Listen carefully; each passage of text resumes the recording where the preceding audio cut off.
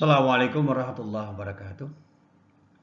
Para mahasiswa yang saya cintai, mari kita lanjutkan kuliah kita. Kita masih berkutat pada pemahaman kita tentang konsep tauhid. Saya selalu menegaskan, bertuhan kepada Allah itu harus murni. Sehingga tidak boleh ada keyakinan yang tumbuh pada diri kita dan kemudian melahirkan tindakan yang terkait dengan keyakinan kita itu yang kemudian mewujud menjadi tindakan dalam rangka taat kepada selain Allah. Nah, di dalam kaitannya dengan pembicaraan ini, saya ingin menjelaskan tentang konsep tauhid. Ada sesuatu yang disebut tauhid. Nah, apa tauhid itu? Tauhid itu disebut di dalam bahasa Arab dengan kullu ma'ubida siwallah. Semua yang disembah selain Allah. Dan penjelasannya secara gamblang begini. Seringkali kita itu tunduk dan patuh bukan karena Allah, tetapi justru karena yang lain. Atau tunduk dan patuh pada yang lain, bukan kepada Allah. Kita ini seringkali bertuhan kepada selain Allah, karena pada saatnya sesuatu yang kita pertuhankan itu sebenarnya bukan Allah. Entah benda, entah orang, entah hawa nafsu kita. Sehingga apapun itu bisa menjadi tauhid yang kita sembah selain Allah. Sehingga ketika orang bertanya, apa dan siapa tauhid itu? Tauhid itu adalah segala hal yang dilampaui batasnya oleh hamba Allah, baik itu yang diikuti atau ditaati atau diibadati. Dan tauhid itu tidak tunggal, tauhid itu banyak sekali. Bisa berupa benda, bisa orang, bisa jabatan, bisa sesuatu yang abstrak. Dan kata orang pada masa sekarang ini, banyak sekali tauhid yang kita pertuhankan.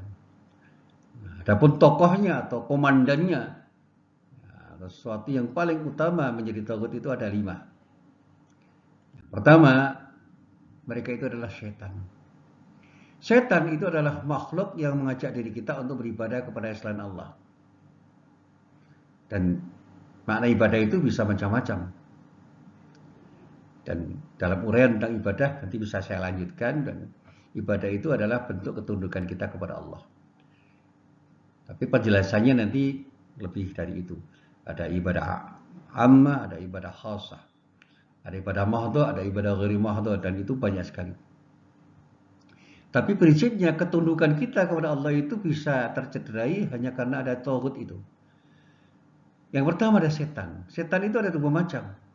Kalau ada makhluk yang mengajak diri kita untuk beribadah kepada Allah itu ada 2 macam. Yang pertama dalam bentuk jin, yang kedua dalam bentuk manusia. Seperti yang dijelaskan di dalam surat An-Nas. Minal jinnati wan nas. Ada sesuatu yang selalu membisik-bisikkan keburukan pada diri kita, dan pada akhirnya kita terjebak untuk melakukan tindakan yang buruk karena bisikan itu. Dan itulah setan. Bisikan yang ada dalam hati itu kadang-kadang bisikan yang dilakukan oleh manusia, termasuk bisikan diri kita sendiri pada diri kita sendiri, atau orang lain yang ada di samping kita. Itu bisikan manusia.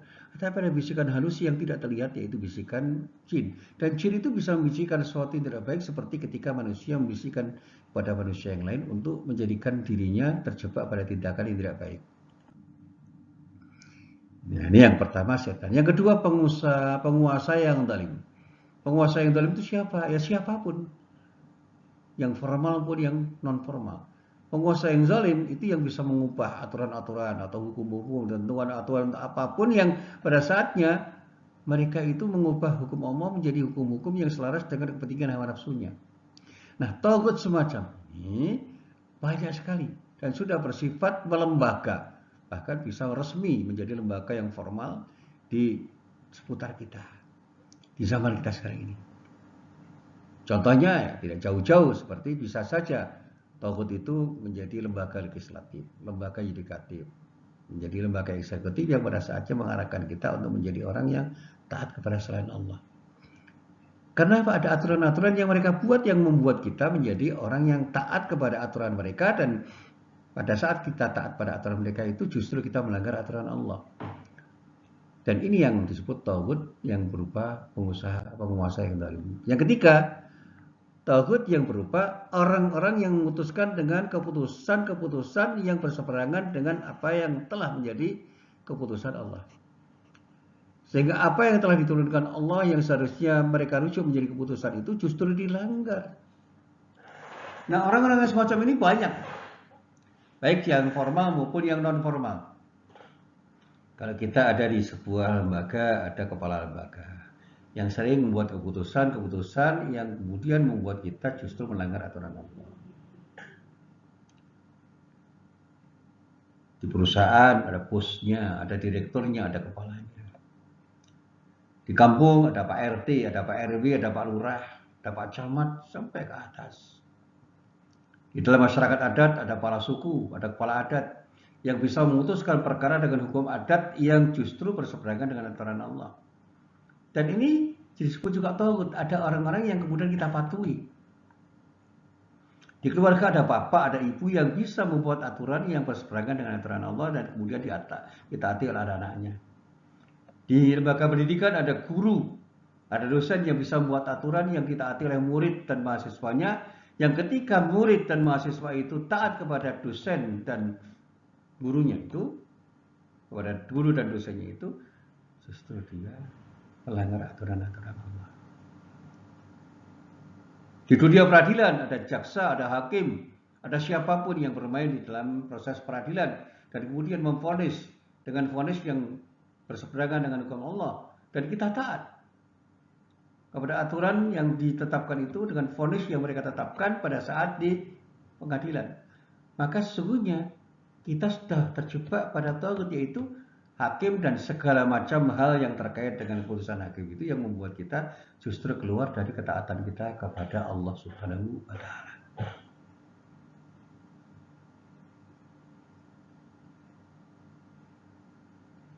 Di masyarakat juga ada aparat-aparat, ada pejabat-pejabat yang bisa memutuskan perkara berdasarkan aturan-aturan dengan dasar aturan-aturan yang berseberangan dengan aturan-aturan Allah. Ini tauhid juga. Di dalam pertemuan kita punya kelompok yang kemudian kita memilih salah seorang dari kelompok itu menjadi ketua. Dan ketuanya kemudian membuat keputusan. Dan keputusannya itu ternyata berseberangan dengan aturan Allah, dengan syariat Allah. Dan kita taati. Nah, pada saat itu kita sudah terjebak pada tauhid, yaitu menaati keputusan-keputusan yang didasarkan pada aturan-aturan yang tidak sesuai dengan aturan-aturan Allah. Itu yang disebut juga dengan jebakan tauhid. Sekali lagi, keterjebakan kita pada tauhid itu besar sekali kemungkinannya.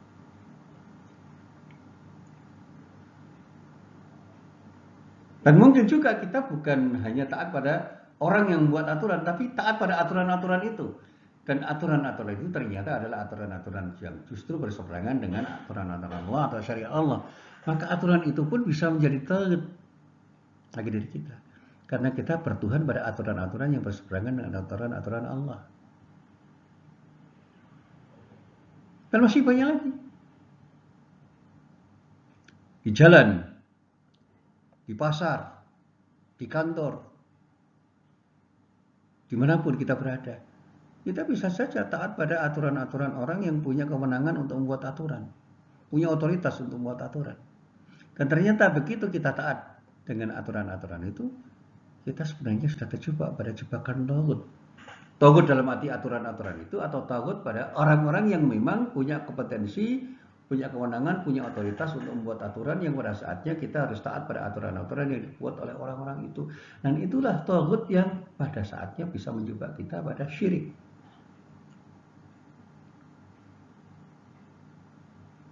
Nah, para mahasiswa yang saya cintai, apa yang ingin saya jelaskan itu sebenarnya tidak sesederhana yang saya katakan ini. Orang-orang yang memutuskan dengan selain apa yang telah diturunkan oleh Allah itu bisa orang, bisa lembaga, bisa jabatan, atau bisa apa saja. Dan kita bisa melihat di dalam kehidupan kita sehari-hari.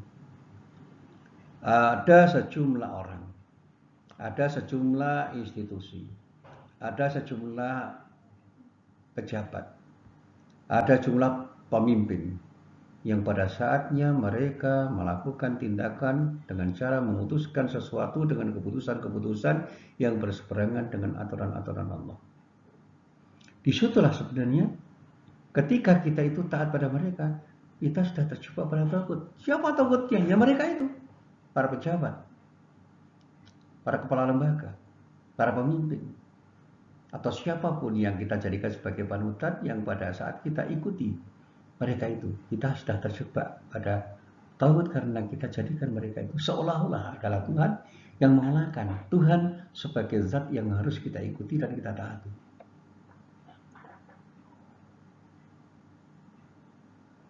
Dan masih banyak lagi. Sekarang ini kan banyak aturan-aturan yang mencoba, aturan administratif, aturan-aturan apapun ya, masuk aturan-aturan yang rinci itu yang pada saatnya membuat kita justru melanggar aturan-aturan Allah sendiri. Dan di situ sebenarnya kita sudah terjebak pada tagut.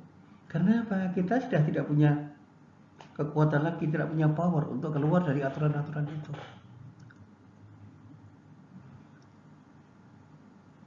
Saya pernah mau mencari surat terangan.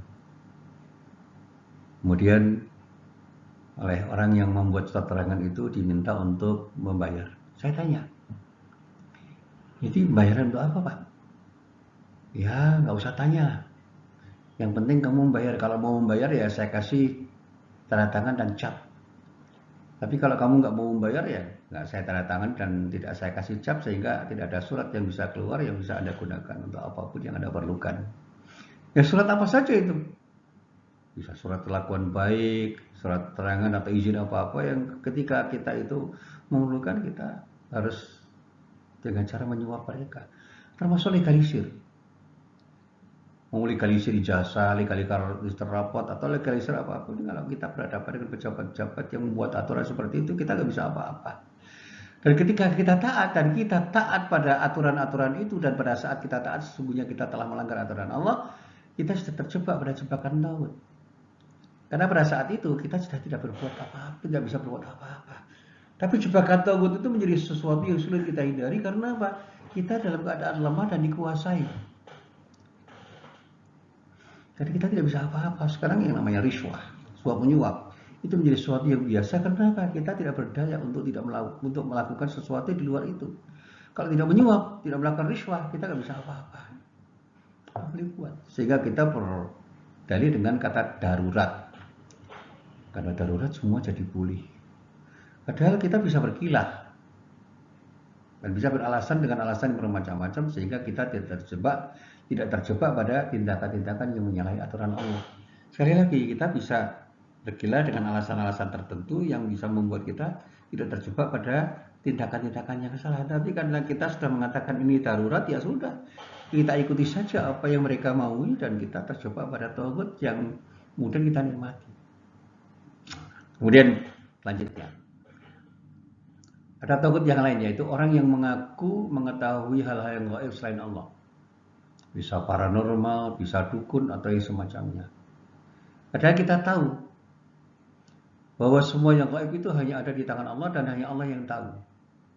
Dan kalau ada orang yang mengaku bahwa dia mengetahui hal yang gaib, maka dia itu bisa menjadi takut. Karena apa? Kita meyakini orang itu punya sesuatu yang luar biasa seperti yang dimiliki oleh Allah. Sekarang ada dukun, ada paranormal, ada tukang ramal, ada tukang tenung, ada tukang santet, ada apa saja yang kemudian seolah-olah mengetahui hal yang gaib dan kita percaya. Dan ketika kita percaya pada mereka, kita sudah terjebak pada takut. Karena kita percayai orang itu punya kemampuan yang tidak seharusnya mereka miliki dan tidak mungkin mereka miliki. Rasulullah SAW itu sudah menjelaskan bahwa orang-orang yang mendatangi dukun misalnya atau tukang ramal dan dia benar-benar meyakini apa kata dukun atau tukang ramal itu dengan kata-kata apapun yang dia katakan dan dia percaya sepenuh hati, maka kata Rasulullah orang itu kita telah dihukumi menjadi orang kafir. Dan lalu apa status si dukun itu atau tukang ramal itu? Ya dia itu tagut. Atau orang yang kita percaya sebagai orang yang punya sesuatu yang tidak mungkin kita tidak percaya. Pada saat ketika kita percaya pada tukang ramal dan dukun itu, kita sudah melanggar aturan-aturan Allah karena kita tahu bahwa orang-orang itu sebenarnya adalah orang-orang yang tidak tahu hal yang gaib, tetapi kita percaya sebagai orang yang tahu pada hal yang gaib. Naudzubillah min dzalik. Nah sekarang ini fenomena perdukunan itu kan sudah mewabah. Dukun atau sebutannya apa saja lah. Dukun, paranormal, tukang ramal, tukang tenung, tukang santet, tukang apa saja yang semuanya itu pada dasarnya sama. Ya dukun.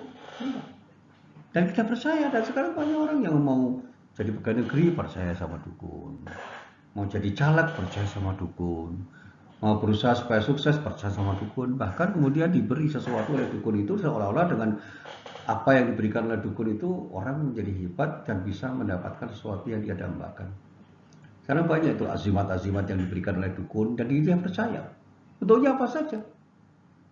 Ada susuk, ada keris, ada tombak, ada benda-benda tertentu, ada aki, ada kelang, ada kalung yang dipakai orang dengan satu kepercayaan bahwa apa yang diberikan oleh sang dukun itu adalah sesuatu yang bisa memberikan efek keselamatan bagi dirinya, bisa menghindarkan dirinya dari mara bahaya, dan seolah-olah Tuhan itu menjadi tidak ada. Sehingga orang itu bisa lupa berdoa kepada Allah karena yakin.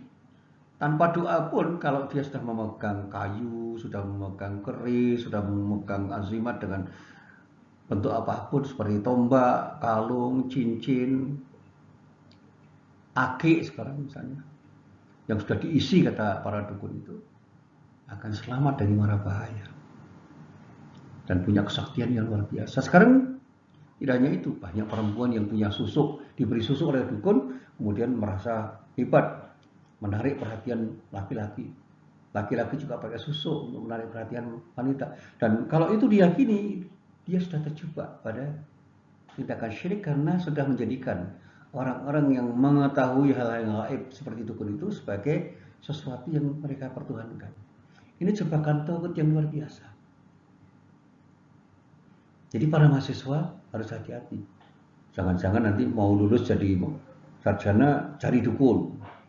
Nah, itu jebakan tauhid juga itu. Dan pada saatnya orang akan bisa terjebak pada syirik hanya karena percaya sama orang-orang yang bisa menjamin bahwa dirinya akan lulus cepat, tepat waktu, dengan lulusan terbaik sebagai lulusan terbaik, bahkan nanti bisa bekerja dengan pekerjaan yang terbaik, menghasilkan gaji yang luar biasa, dan pada akhirnya akan menjadi orang yang hebat karena pertolongan dukun-dukun yang menjanjikan sesuatu yang luar biasa itu, membayar berapapun mereka bayar hanya karena dia yakin bahwa dia akan mendapatkan sesuatu yang terbaik dari para dukun yang menjanjikan sesuatu itu.